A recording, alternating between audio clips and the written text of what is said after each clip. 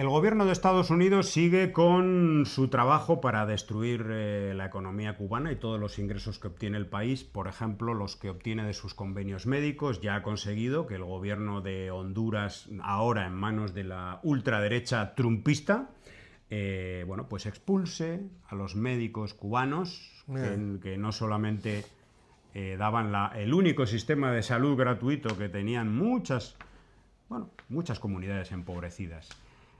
Sino que además también, bueno, pues reportaba algún ingreso al sistema público de salud de Cuba. El objetivo, por supuesto, es imponer el hambre y también la enfermedad en Cuba, que no haya medicamentos, que no haya posibilidad de que la gente se cure. Y ahí tenemos casos sangrantes de muchísima gente que conocemos que ha perdido la vida de manera prematura precisamente por la falta de recursos en el sistema de salud de Cuba. Son las víctimas de esta guerra, son las víctimas de la guerra que apoyan todos estos gusanos, increíblemente repugnantes gusanos de Miami y también que residen en otros lugares del mundo, que repiten aquello de que no hay bloqueo.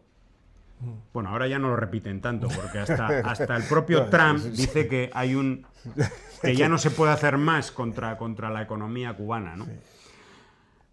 Despedían a los médicos cubanos en Honduras, gente que se veía muy humilde, muy pobre, con lágrimas, les despedían porque es lo mejor que han vivido en su vida, tener la asistencia médica de Cuba.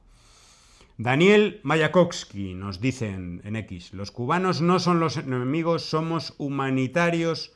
Bueno, el títere de Estados Unidos, el presidente actual de Honduras, expulsó del país a los médicos cubanos obedeciendo las órdenes directas de su amo, a pesar de que estos médicos trataban gratuitamente a la población pobre de Honduras.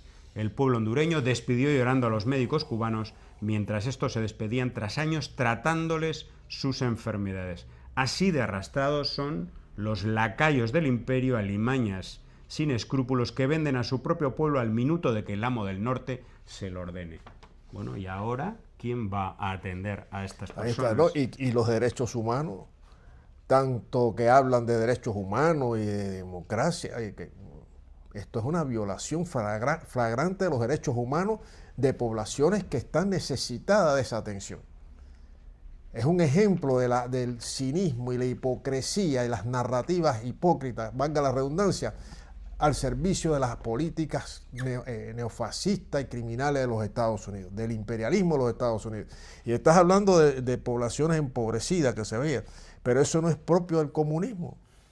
Es lo que nos dice que el comunismo es hambre, miseria, necesidad, y eso porque es comunista. Yo no sé si hay un país más neoliberal y más capitalista durante años. Bueno, en los últimos años ha habido un gobierno que ha tratado de mejorar lo social, pero ahora vuelve el neoliberalismo puro y duro. Ahí está. Y las primeras medidas neoliberales son estas. Sí, despido. Acabar con cualquier tipo de cooperación sur-sur. Sí, ¿no? Y de los despidos, todas las calamidades habidas y por haber del sistema capitalista.